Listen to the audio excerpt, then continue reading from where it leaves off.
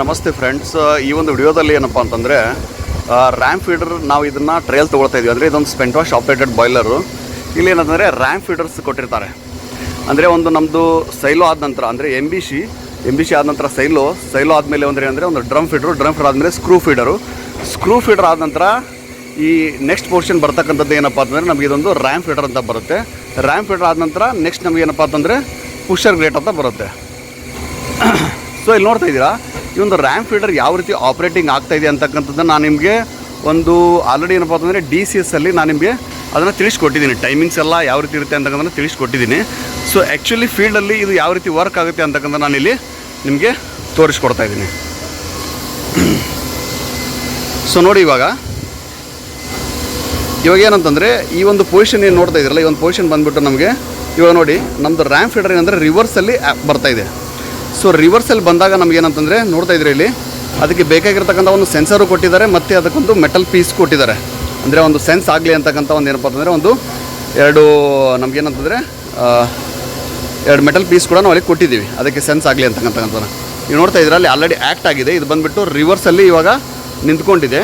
So ಅವಾಗ ಏನಾಗುತ್ತೆ ಅಂತಂದರೆ, ಸೊ ಇಲ್ಲಿ ನೋಡ್ತಾ ಇದ್ದರೆ ಈ ರ್ಯಾಮ್ ಫೀಡರಲ್ಲಿ ನಮಗೆ ಮೇಲ್ಗಡೆಯಿಂದ ಸ್ಕ್ರೂ ಫೀಡರಿಂದ ಬರ್ತಕ್ಕಂಥ ಬಗ್ಯಾಸ್ ಏನಾಗುತ್ತೆ ಆವಾಗ ನಮಗೆ ಒಳಗಡೆ ತುಂಬ್ಕೊಂಡಾಗ ಏನಾಗುತ್ತೆ, ಈ ಥರ ಏನಪ್ಪ ಅಂದರೆ ಒಂದು ಫಾರ್ವರ್ಡ್ ಮೂವ್ಮೆಂಟ್ ಆಗಿಬಿಟ್ಟು ಅಲ್ಲಿ ಬಿದ್ದಿರತಕ್ಕಂತಹ ಒಂದು ಕ್ವಾಂಟಿಟಿ ಆಫ್ ಬಗ್ಯಾಸನ್ನು ಏನು ಮಾಡುತ್ತೆ, ಅದು ನಮಗೆ ಪುಷರ್ ಗ್ರೇಟ್ ಮೇಲ್ಗಡೆ ಏನಪ್ಪ ಅಂತಂದರೆ ತಳ್ಳುತ್ತೆ. ಸೊ ಅವಾಗ ಏನಾಗುತ್ತೆ, ನಮಗೆ ಒಂದು ಟಾಪ್ ಗ್ರೇಟಲ್ಲಿ ಅಂದರೆ ಫರ್ನೆಸ್ ಟಾಪ್ ಗ್ರೇಟಲ್ಲಿ ನಮಗೆ ಅದು ಅಕ್ಯುಮುಲೇಟ್ ಆಗಿಬಿಡುತ್ತೆ ಅಲ್ಲಿ. ಸೊ ಅವಾಗ ನಮಗೆ ಬೇಕಾಗಿರ್ತಕ್ಕಂಥ ಒಂದು ಟೈಮಿಂಗ್ ಸೆಟ್ಟಿಂಗ್ ಮಾಡ್ಕೊಂಡಿರ್ತೀವಿ ಅಲ್ಲಿ ಏನೊಂದು ಪುಷರ್ ಗ್ರೇಟಲ್ಲಿ. ಆ ಒಂದು ಟೈಮಿಂಗ್ ಬಂದಾಗ ಏನಂತಂದರೆ ಒಂದು ಟಾಪ್ ಗ್ರೇಟ್ ಅಲ್ಲಿ ಆ್ಯಕ್ಟ್ ಆಗುತ್ತೆ. ಸೊ ಟಾಪ್ ಗ್ರೇಟಲ್ಲಿ ಮೂವ್ಮೆಂಟ್ ಆದಾಗ ಏನಾಗುತ್ತೆ, ನಮಗೆ ಟಾಪ್ ಗ್ರೇಟಿಂದ ಮತ್ತು ಮಿಡಲ್ ಗ್ರೇಟಿಂದ ನಮಗೆ ಆ್ಯಶ್ ಝೋನ್ವರೆಗೂ ಅದು ತಲುಪುತ್ತೆ. ಸೊ ಇಲ್ಲಿ ನೋಡ್ತಾ ಇದ್ದೀರಾ ನೀವು ಯಾವ ರೀತಿ ಒಂದು ಏನಂತಂದರೆ ಒಂದು ಫಾರ್ವರ್ಡು ಮತ್ತು ರಿವರ್ಸ್ ಮೂವ್ಮೆಂಟ್ ಇಲ್ಲಿ ಆಗ್ತಾಯಿದೆ ಅಂತಕ್ಕಂಥದ್ದನ್ನು ನಿಮ್ಮಲ್ಲಿ ರ್ಯಾಮ್ ಫೀಡರ್ ನೋಡ್ಕೋಬೋದು ಇಲ್ಲಿ. ಸೊ ಇದು ಬಂದುಬಿಟ್ಟು ಏನಂದರೆ ಒಂದು ರಿವರ್ಸ್ ಬಂದಾಗ ಇದಕ್ಕೆ ಆದಂಥ ಒಂದು ಹೋಲ್ ಟೈಮಿಂಗ್ ಇರುತ್ತೆ.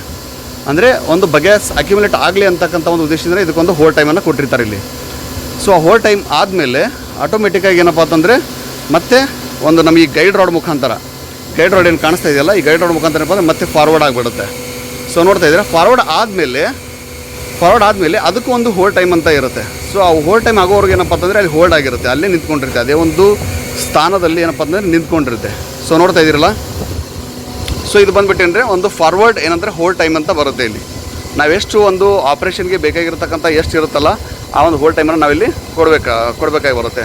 ಒಂದು 30 ಸೆಕೆಂಡ್ಸು 20 ಸೆಕೆಂಡ್ಸು ಆ ರೀತಿ ಏನಂದರೆ ಒಂದು ಆಪ್ರೇಷನ್ಗೆ ಒಂದು ಸೂಟೇಬಲ್ ಆಗಿರ್ತಕ್ಕಂಥ ಒಂದು ಟೈಮಿಂಗನ್ನು ನಾವಲ್ಲಿ ಚೂಸ್ ಮಾಡಬೇಕಾಗುತ್ತೆ. ಬೇಸ್ಡ್ ಆನ್ ಏನಪ್ಪ ಅಂತಂದರೆ ಒಂದು ಲೋಡ್ ಮೇಲೆ ನಾವು ಇಲ್ಲಿ ಮಾಡ್ಕೋಬೋದಾಗಿದೆ. ಸೊ ನೋಡ್ತಾ ಇದ್ದರೆ ಹೋಲ್ಡ್ ಟೈಮ್ ಆದಮೇಲೆ ಮತ್ತೆ ಏನಂತಂದರೆ ಒಂದು ರಿವರ್ಸ್ ಪೊಸಿಷನಲ್ಲಿ ಇಲ್ಲಿ ಬರ್ತಾ ಇದೆ.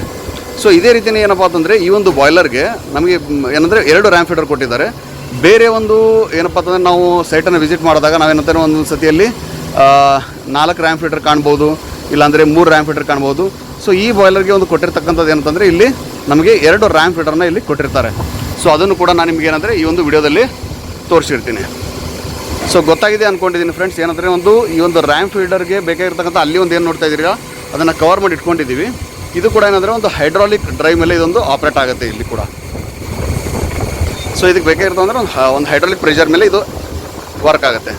ಸೊ ಏನಂದರೆ ಇದರ ಪ್ರಿನ್ಸಿಪಲ್ ಬಂದುಬಿಟ್ಟು ಸೇಮ್ ಏನಂತಂದರೆ ನಮಗೆ ಒಂದು ಪುಷರ್ ಗ್ರೇಟು ಮತ್ತು ರ್ಯಾಮ್ ಫೀಡರ್ ಎರಡು ಏನಂದರೆ ಒಂದು ಸೇಮ್ ಪ್ರಿನ್ಸಿಪಲ್ ಮೇಲೆ ಇಲ್ಲಿ ವರ್ಕ್ ಆಗುತ್ತೆ. ಸೊ ಇನ್ನೊಂದು ಏನಂತಂದರೆ, ಸೊ ಇಲ್ಲಿ ನೋಡ್ತಾ ಇದ್ದೀರಲ್ಲ, ಇಲ್ಲಿ ಬಂದಿದೆ ನೋಡಿ, ಈ ಒಂದು ಏನಂದರೆ ನಮ್ಮದು ಏನೊಂದು ಹೋಸ್ ಪೈಪ್ ಬಂದಿದೆಯಲ್ಲ, ಇದು ಬಂದುಬಿಟ್ಟು ಏನಂದರೆ ಒಂದು ಕೂಲಿಂಗ್ ಪರ್ಪಸ್ ಇಲ್ಲಿ ಕೊಟ್ಟಿರ್ತೀವಿ ನಾವು ಇದನ್ನು. ಸೊ ಇಲ್ಲೇ ನೋಡ್ತಾ ಇದ್ದೀರಲ್ಲ, ಸೊ ನೋಡಿ, ಸೊ ಇಲ್ಲೇನಿದೆಯಲ್ಲ ಇದು ಬಂದುಬಿಟ್ಟು ಏನಿದೆಯಲ್ಲ ನಮಗೆ, ಇದು ಬಂದುಬಿಟ್ಟು ಏನಂದರೆ ನಮಗೆ ಒಂದು ಕೂಲಿಂಗ್ ಪೈಪು. ಸೊ ಇಲ್ಲಿ ನೋಡ್ತಾ ಇದ್ದೀರಾ, ಈ ಒಂದು ರ್ಯಾಮ್ ಫೀಡರ್ಗೆ ಬೇಕಾಗಿರ್ತಕ್ಕಂಥ ಒಂದು ಏನಂದರೆ ಅಲ್ಲಿ ತುಂಬಾ ಒಂದು ಫರ್ನೇಸ್ ಒಳಗಡೆ ಹೀಟ್ ಜನ್ರೇಟ್ ಆಗೋದ್ರಿಂದ ಇಲ್ಲಿ ಏನಂದರೆ ಕಂಪ್ಲೀಟಾಗಿ ನಾವು ಬಗ್ಯಾಸ್ ಫಿಲ್ಲಪ್ ಮಾಡ್ಕೋಬೇಕಾಗತ್ತೆ.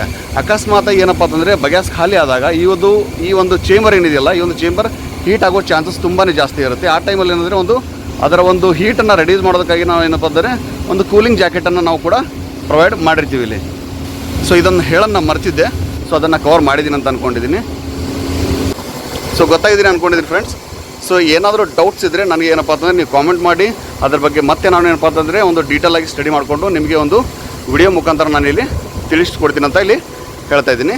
ಸೊ ಏನಾದರೂ ಡೌಟ್ಸ್ ಇದ್ದರೆ ಮತ್ತೆ ನೀವು ಕಾಮೆಂಟಲ್ಲಿ ನನಗೆ ಕಾಮೆಂಟ್ ಮಾಡ್ಬೋದು. Thank you.